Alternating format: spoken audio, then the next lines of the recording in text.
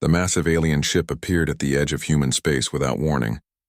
It was larger than anything humanity had ever built, a floating city of metal and light that made their best warships look like toys. Commander Zethrak stood on the bridge of the Eternal Wisdom and studied the primitive species that called themselves humans. His silver scales shimmered under the ship's lights as he reviewed the data with his 4 eyes. These creatures had barely mastered faster-than-light travel. Their weapons were crude projectiles and missiles. Their governments were scattered across hundreds of nations on a single world. This would be the easiest conquest of his long career. The Valorian Empire had ruled the galaxy for 12,000 years. They had conquered 600 species and brought them all into the fold of civilization. Every species eventually understood that resistance was pointless. The Empire offered protection, technology, and order. In return, they demanded loyalty, resources, and obedience. It was a fair trade that every rational species accepted after seeing the Empire's might. Captain Jake Morrison watched the alien vessel approach his station from the viewing screen. He was a career military officer who had spent 20 years in space, but nothing had prepared him for this moment. The ship was beautiful and terrifying at the same time. He opened a channel to Earth Command and reported the contact. Then he waited for the aliens to make the first move. The communication came within minutes. The holographic display showed Commander Zethrax in full diplomatic regalia. The translation technology worked perfectly, turning his musical clicking sounds into clear English. The alien commander spoke with the confidence of someone who had done this hundreds of times before.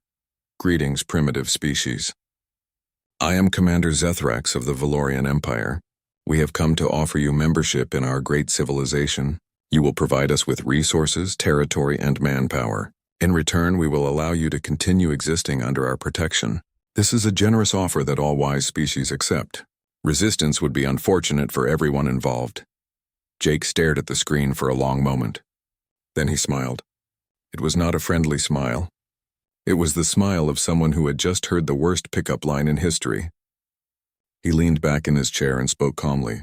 Let me make sure I understand this correctly. You flew across the galaxy to threaten us on our own doorstep? Zethrax's translator seemed confused by the tone. Threaten? No human. This is standard diplomatic protocol. All species in the galaxy accept these terms. Those who resist find the experience very unpleasant. We have 12,000 ships in this sector alone. You have perhaps 200 vessels total. The mathematics are quite simple. Jake nodded slowly. Yeah, I get it. Big fleet, big guns, big empire. Here's the thing, though. We're going to need to bring in our actual negotiation team. Can you wait about 20 minutes? I'm just the guy who answers the door. The alien commander's scales rippled in what the translator identified as amusement. Of course, human. We are very patient. 20 of your minutes means nothing in the scope of eternity. We have waited 12,000 years to perfect our civilization. We can wait a bit longer for you to accept reality. When the channel closed, Lieutenant Karen Hughes turned to Jake with wide eyes. She had been his communications officer for 5 years and had never seen him smile like that. Captain, what are we doing? Those ships could vaporize us without even slowing down. Jake stood up and stretched. We're doing what humans do best. We're going to make them regret ever finding us. Get me Ambassador Campbell and General Harris. This is about to get interesting. 20 minutes later, the channel reopened. This time, Ambassador Lisa Campbell appeared on the screen. She was a former lawyer from New York, who had negotiated trade deals and peace treaties across Earth. She had steel gray hair, sharp eyes, and the kind of voice that could cut through any argument. Beside her stood General Frank Harris, whose uniform displayed enough medals to prove he had seen real combat. Commander Zethrax, thank you for your patience. We've reviewed your proposal and discussed it with our government. After careful consideration, we have decided to decline your generous offer. The silence that followed was profound. Zethrax stared at the screen as if he had misheard. His scales changed color several times as the translator struggled to find the right words. Finally, he spoke. Decline? I do not think you understand the situation. We have the power to destroy your entire civilization from orbit. We can turn your world into a lifeless rock. This is not a negotiation. This is us informing you of reality. General Harris stepped forward. His face was calm, but his eyes were hard. Son, we've been trying to destroy our own planet for the last 200 years, and we're still here. You're going to have to do better than that if you want to scare us. This is insanity. You cannot possibly win against the Valorian Empire. Why would you choose death over prosperity? Lisa smiled. It was the kind of smile that made lawyers rich and opposing counsel nervous. Commander, let me tell you something about humanity. We're the species that looked at the ocean and decided to cross it in wooden boats. We looked at the sky and decided to fly through it in metal machines. We looked at space and decided to live in it, despite the fact that it's trying to kill us every second. When someone tells us something is impossible, that's when we get really interested. But you will lose. The mathematics are clear, maybe. But here's the thing about humans. We don't really care about the math. We care about being free. You can kill us, sure. You might even conquer us. But you will never, ever make us stop fighting. That's just not how we're built. Zethrax felt something he had not experienced in centuries. Doubt. This was not how first contact was supposed to go. Every other species had understood the logic of submission. These humans seemed to lack that basic survival instinct. He decided to try a different approach. Perhaps you need time to reconsider. We will demonstrate our power on one of your outer colonies. Then you will understand that resistance is futile.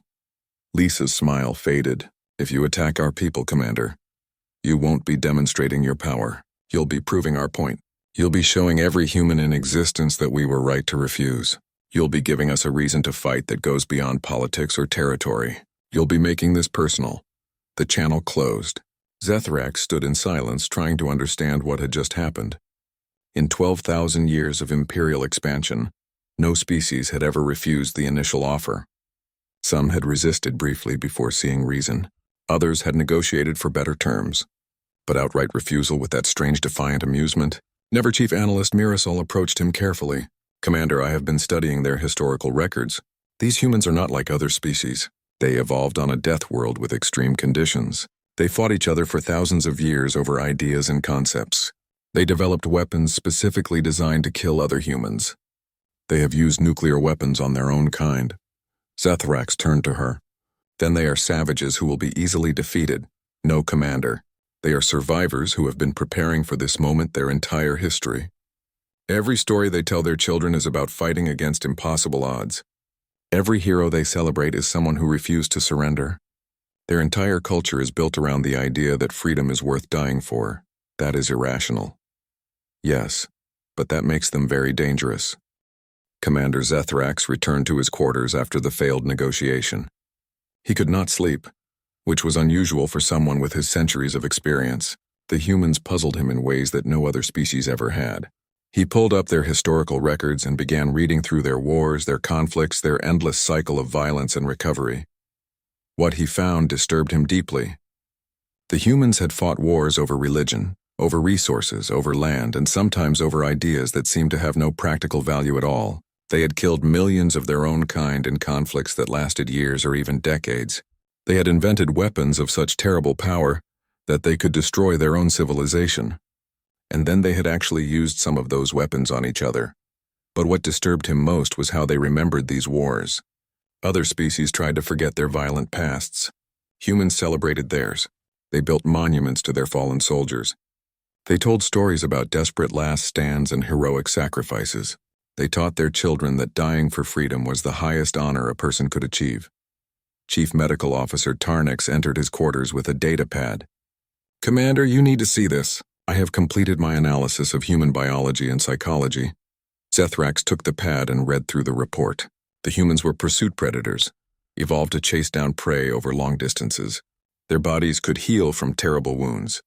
Their pain tolerance was remarkably high. Their stress response flooded their systems with chemicals that increased strength, speed, and aggression. They had redundant organs and could survive injuries that would kill most species. Their psychology is even more concerning. They form intense social bonds based on abstract concepts like loyalty and honor. They will risk death for members of their group, even when there is no logical benefit. They have documented cases of humans fighting to complete annihilation rather than surrender. They seem to genuinely prefer death over submission. Zethrax set down the pad. This changes our approach. We will proceed with the demonstration as planned, but we will give them every opportunity to evacuate. Surely they will not sacrifice civilians for pride. The target was New Horizons, a mining colony on a moon in the outer system. 15,000 humans lived there, extracting valuable minerals from the barren rock. It was far from Earth and had minimal strategic value. It was perfect for a demonstration that would hurt but not cripple humanity. Zethrax opened a channel to the colony. His message was clear and simple. Attention New Horizons colony. This is the Valorian Empire. We are going to destroy your facility in 1 hour as a demonstration to your government. You must evacuate immediately. We do not wish to harm civilians. Please leave now. The response came from a man named Greg Palmer. He was the colony administrator, a former military officer who had retired to mining. His face on the screen was weathered and calm. His eyes showed no fear at all. Commander, we appreciate the warning, but nobody here is evacuating. We're staying. Zethrax felt his scales darken with confusion. You do not understand. We will destroy this entire colony. Every building, every ship, everything. You will all die if you remain. Greg nodded. Yeah, we understand. We voted on it. 15,000 people and every single adult voted to stay. Even sent the kids away on the last transport, but the adults are staying right here. This is madness. Why would you throw away your lives for a mining colony? Greg leaned forward. Because you want us to run. You want images of terrified humans fleeing before your mighty empire. You want Earth to see us panic and scatter. Well, you're not getting that. Instead, Earth is going to see 15,000 miners standing their ground. They're going to see us choose death over fear, and then they're going to know that if we're willing to die for a rock in space, imagine what 8 billion humans will do for Earth itself. You are using your own deaths as propaganda? Greg smiled. We're using our deaths to send a message. You can kill us, Commander. You can destroy our homes. But you cannot make us afraid. You cannot make us run. And you cannot break us. Every human watching this will understand that we chose to die free rather than live in fear. That's worth more than our lives. Zethrax tried one more time. Please, there is no honor in pointless death. Evacuate your people. Live to fight another day. There's no such thing as pointless death when you die for something you believe in. We believe in humanity. We believe in freedom. And we believe that some things are worth dying for. Now stop wasting time and take your shot. The channel closed. Zethrax sat in his command chair and stared at the countdown timer. 58 minutes remained. He kept expecting to see evacuation ships launching from the colony. Surely they were bluffing. Surely survival instinct would overcome pride. But no ships launched. The colony simply waited. Tactical Officer Brinkar approached him. Commander, they are not evacuating. Should we delay the demonstration? No, we gave them every chance. If they choose death, that is their decision. Perhaps their sacrifice will convince their government to be more reasonable. The timer reached 0. Zethrax gave the order.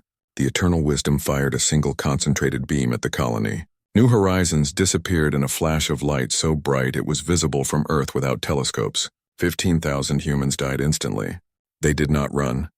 They did not beg. They simply stood their ground and died. The footage was broadcast across human space within minutes. Every human station, every colony, every ship received the images. The Empire expected panic. They expected fear. They expected calls for the government to surrender and prevent more deaths.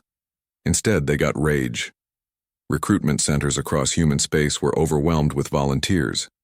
Civilians who had never considered military service lined up for hours to enlist. Factory workers demanded overtime to build more ships. Scientists shared research freely to develop better weapons. The entire human species mobilized for war in a way that shocked even their own leaders. President Marcus Webb addressed the species from Geneva. His speech was broadcast to every human in existence. His words were simple and direct. They killed 15,000 of our people today. They thought it would break us. They thought we would beg for mercy. They were wrong. Greg Palmer and every person on New Horizons knew exactly what they were doing. They sent us a message with their deaths. They told us that humanity does not run. We do not kneel. We do not break. From this moment forward, we are at war, not because we think we can win, not because we have a clever strategy, but because we are human, and humans do not accept chains. We will fight with everything we have. We will make them regret ever finding us. And if we must die, we will die free. That is the only choice we will ever accept. On the Eternal Wisdom, Chief Analyst Mirasol showed Zethrax the data. Commander, their response is not what we predicted. They are not seeking peace. They are preparing for total war. Every colony is mobilizing. Every civilian is volunteering. They are converting cargo ships into warships. They are turning factories into weapons production. They are behaving as if they believe they can actually win. Can they? No. But they do not seem to care about that. They are acting on emotion rather than logic. This makes them unpredictable and therefore dangerous. Zethrak studied the reports coming in from across human space. Every piece of intelligence showed the same pattern. Humanity was not breaking. They were hardening. The demonstration had achieved the exact opposite of its intended effect. We need more ships. Send a request to High Command for reinforcements. If we are going to occupy human territory, we need overwhelming force. But even as he gave the order, Zethrax felt the doubt growing. He had seen the eyes of those miners as they waited to die. He had heard the determination in their voices. He had watched them choose death over submission without hesitation.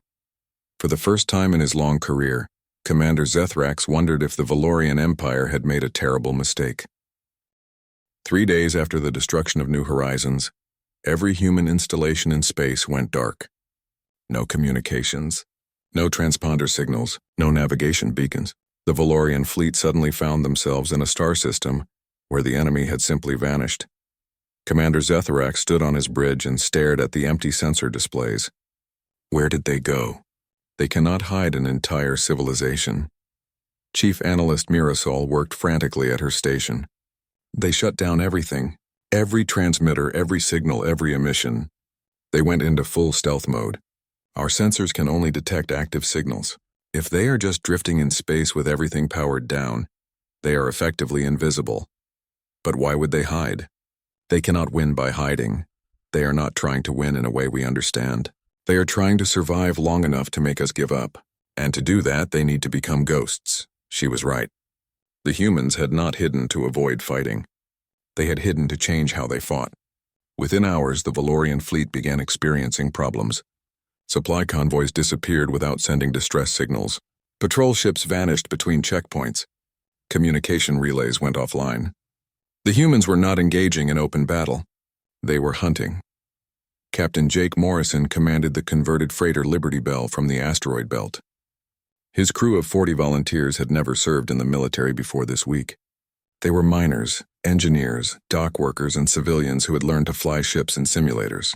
They were armed with improvised weapons and burning with anger over New Horizons. Contact. Valorian supply ship, minimal escort, following standard route pattern. Jake studied the tactical display. The Empire ships moved like clockwork, following the same routes at the same times with the same formations. 12,000 years of dominance had made them predictable. That was going to get them killed. All ships attack formation. Remember, we are not trying to capture anything. We are trying to make them bleed. Hit them hard and fast, then disappear before reinforcements arrive. The Liberty Bell and 5 other converted freighters powered up and attacked. The Valorian escort never had time to react properly. The humans came in fast and reckless, ignoring damage to their own ships. One freighter rammed a Valorian destroyer when its weapons failed. Another detonated nuclear mines at point-blank range, destroying itself and the enemy ship. The third broadcast a war cry that the Valorian translators could not properly interpret because the emotional content was beyond their programming.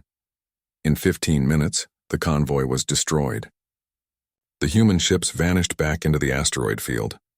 When Valorian reinforcements arrived 20 minutes later, they found only wreckage and no sign of the attackers. This pattern repeated across the system.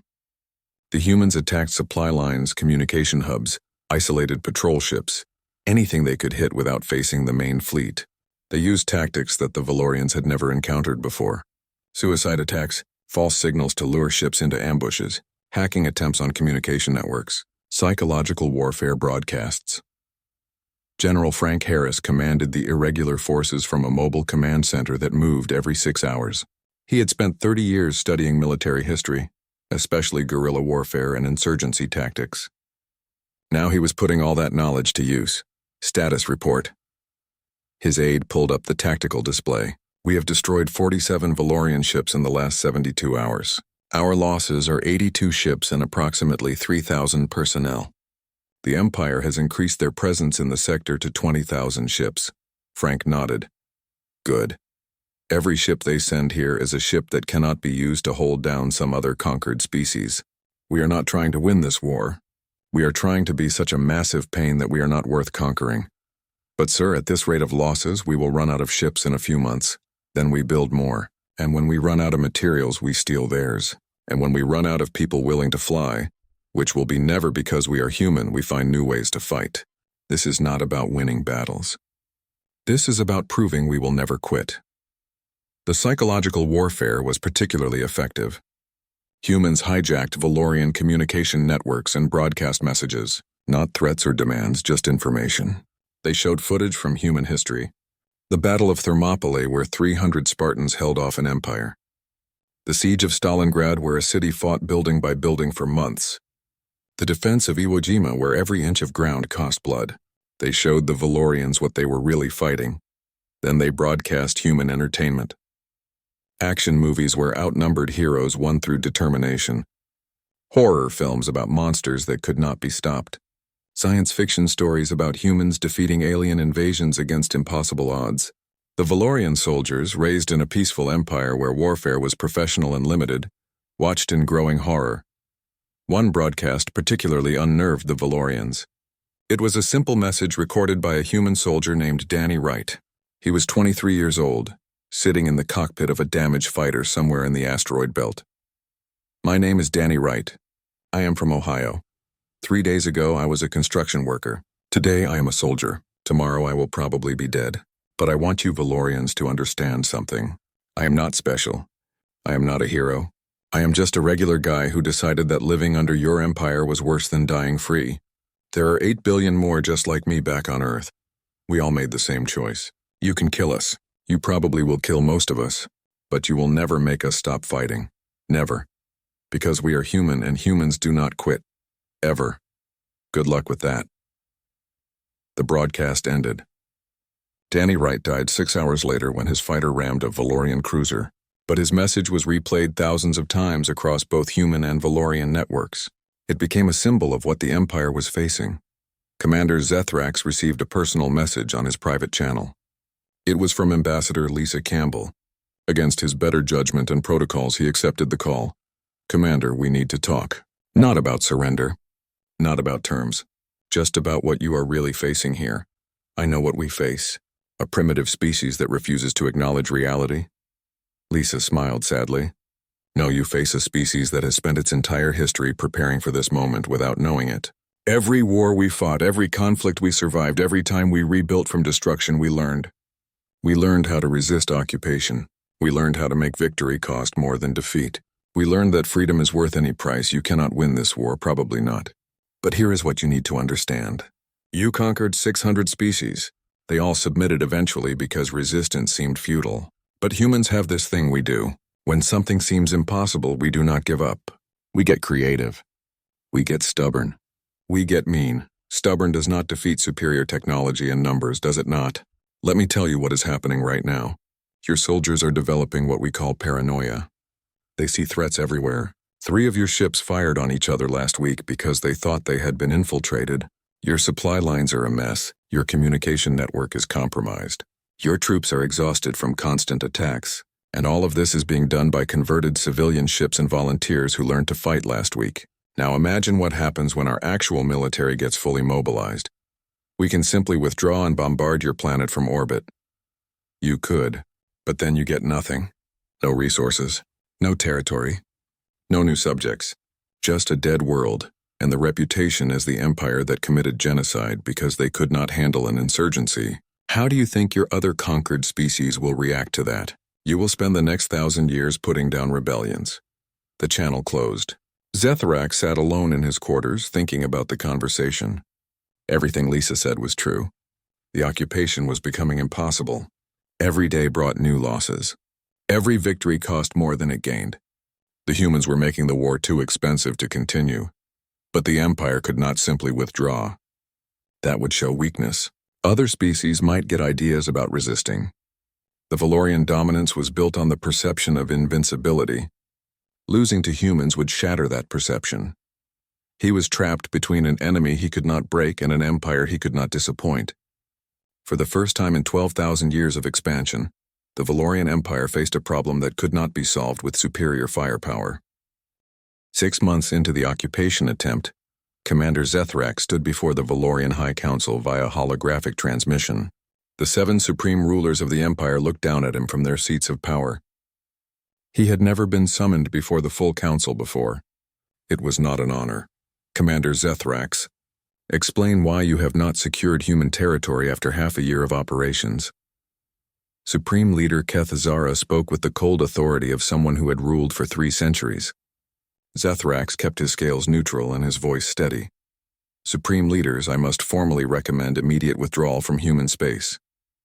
The occupation is not sustainable. The council chamber fell silent.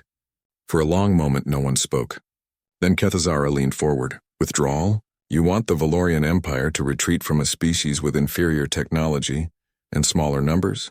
Yes, because they are not fighting the way we expected. They are not fighting the way anyone fights. They are using tactics and strategies that we have no defense against. Zethrax pulled up the casualty reports. In 6 months, we have lost 800 ships and over 200,000 personnel.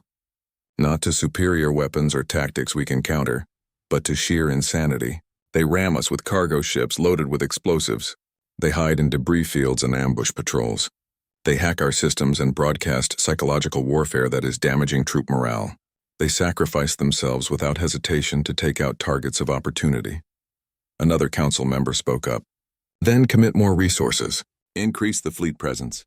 Overwhelm them with numbers. We tried that. We now have 30,000 ships in the sector. Do you know what the humans did? They celebrated. They broadcast messages across their network saying that it takes 30,000 ships to fight them. They are using our own strength as propaganda to boost their morale. This is unacceptable. We cannot allow one species to defy the Empire. Then you need to understand what we are facing. These humans are fundamentally different from any species we have encountered. They do not fight to win. They fight to make losing too expensive for us. Zethrax pulled up footage from a recent engagement. Watch this. This is a human attack on one of our supply depots. They lost 15 ships to destroy one depot. By any rational measure, they lost that engagement. But look at what they are saying about it. The footage showed human broadcasts celebrating the attack. They were not mourning their losses. They were praising the sacrifice. They had turned a tactical defeat into a moral victory simply by refusing to acknowledge they had lost. This is madness. Yes, but it is effective madness. Our soldiers are trained for professional warfare with clear objectives and acceptable casualty rates. Humans do not understand acceptable casualties. They will spend 100 lives to destroy one ship and call it a bargain. Chief Analyst Mirasol appeared on another display. Supreme Leaders, I have been studying human history and psychology for 6 months. The commander is correct. These beings are not like us. They evolved on a death world that tried to kill them constantly. They developed cultures based on resistance to authority. They tell stories about martyrs and last stands. They worship the concept of freedom above survival. All species value freedom. Not like this. We have a documented incident from their history, a place called Masada. 900 humans were trapped by a superior force with no hope of escape or victory. Rather than surrender, they committed mass suicide. All of them. They killed themselves rather than allow their enemies the satisfaction of capturing them. This was 2,000 years ago, and humans still tell this story as an example of heroic resistance. The council members shifted uncomfortably. That level of dedication was beyond their understanding. There is more. Humans have been fighting each other for their entire history. They developed weapons specifically to kill other humans. Chemical weapons, biological weapons, nuclear weapons that could destroy their own world. And they actually used many of these weapons in their wars. They are comfortable with total war in ways that we are not. So we exterminate them. Turn their world to glass and be done with it. Zethrax had been expecting this. We cannot. They have scattered throughout their system. Hidden colonies on asteroids, moons, deep space installations. Finding them all would take years. And every day we hunt them, they are ambushing us, wearing us down, making us weaker. Plus, genocide would destroy our reputation with our other subjects. We rule through the perception of benevolent strength. Mass extermination would make us look like monsters. Then what do you propose? We negotiate, not from a position of demanding surrender, but as equals. We offer them autonomous membership in the Empire. They govern themselves, acknowledge nominal imperial authority, and we withdraw our forces. The reaction was immediate and outraged. Several council members began speaking at once. Kethzara raised a hand for silence. You want to reward their resistance by giving them everything they want? I want to end an unwinnable war before it costs us more than we can afford. Think about the resources we are spending. 30,000 ships, hundreds of thousands of troops, supply lines stretched across the galaxy, all to fight a species that will never submit. And every day we fight them, we look weaker to our other subjects. Other species are watching this. They are seeing that resistance is possible. This would set a terrible precedent, would it? Or would it show that the Empire is wise enough to recognize when the cost exceeds the value? We tell other species that we gave humans special status because they proved themselves worthy through their courage and strength. We turn a stalemate into a diplomatic triumph. The council debated for hours. Arguments flew back and forth about honor, precedent, and practicality. Finally, Kethzara made the decision. Very well, Commander. You may initiate negotiations. Offer them autonomous membership with full self-governance. But if they refuse this generous offer, we will exterminate them regardless of the cost. Make sure they understand this is their final chance. Zethrax felt relief wash over him. Yes, Supreme Leader, I will make them understand. He closed the channel and immediately contacted Ambassador Lisa Campbell. They arranged to meet at a neutral station, each bringing minimal security. When they finally sat across from each other, Zethrax studied the human woman carefully. She looked tired but unbowed. 6 months of war had aged her, but her eyes still held that defiant spark. Ambassador Campbell, I believe we can end this conflict. By surrendering? Zethrax's scales rippled with what passed for amusement among his people. No. By acknowledging reality on both sides. You cannot defeat us militarily. The mathematics are clear, but we cannot conquer you practically. This war serves neither of our interests.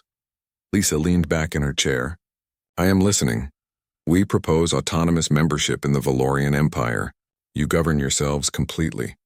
You make your own laws, control your own military, manage your own resources. You acknowledge nominal imperial authority in name only. In exchange, you gain access to imperial trade networks, technology sharing, and mutual defense agreements. To the rest of the galaxy, you are part of the Empire. In practice, you are independent. Lisa was quiet for a long moment. You would really accept this? The mighty Valorian Empire offering us independence. The mighty Valorian Empire is practical. We have spent 6 months learning that conquering humanity would be like trying to hold water in our hands.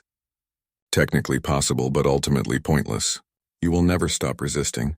Every human planet would require permanent occupation. Every colony would be a source of insurgency. We would bleed resources forever for territory that fights us constantly. So we won, Lisa said quietly. You survived. Whether that counts as winning depends on your perspective. You lost thousands of ships and tens of thousands of people. Your infrastructure is damaged. Your economy is strained. But yes, you kept your freedom. If that was your goal, then you won, Lisa smiled. That was always our only goal. We told you from the beginning. We do not care about winning wars. We care about staying free. I understand that now. It took 6 months and 800 ships, but I finally understand what drives your species. You genuinely prefer death to submission. That is not rational, but it is very real.